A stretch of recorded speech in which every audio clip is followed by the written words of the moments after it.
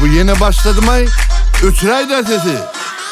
Tövürük yatır biz oyo, öyün içini övürdük toyo. Berdeklen bartamda yo, tanıtamadan Bollywood kino. Bongşu diyme bana öçür sesi, beyle yalda olsun göçür beni. Senin önkülerim açıp gitti, senin bongşuyu göçeyinli. Yöne sözü bityeke, kağıt vermek gerek değil. Beydiysem yoktur öйтme, kağıt menle ken. Yöne sözü bityeke, kağıt vermek gerek değil. Beydiysem yoktur öйтme, kağıt menle ken. Hey, oşolun kapka qilya. Salamu aleyküm yaşıl dinleyen. Ey inim, 7'de işe turmalı.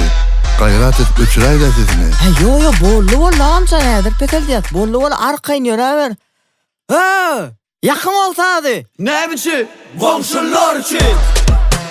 Komşular için. Komşular için. Komşular için.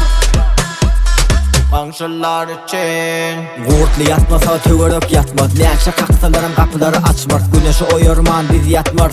Oğudun eğnindeki atlas.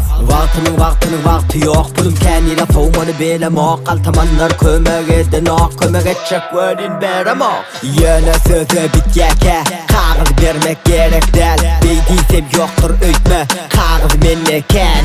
Yöne sözü bityeke, kağıt vermek gerek değil. Beydiysem yoktur öйтme, kağıt menle ken.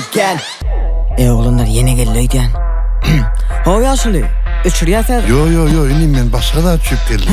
Şumat fikirlerinin molin ertire oğutkun. Düşünmedim. Sağalarım öyde der. Ondan ben diyecek olyanım. Ay menem alayım dar o yanıda. He, bollu oğlum, gel. Oğlanlar, karşılan ağamı. Komşular için. Komşular için. Komşular için. Komşular için.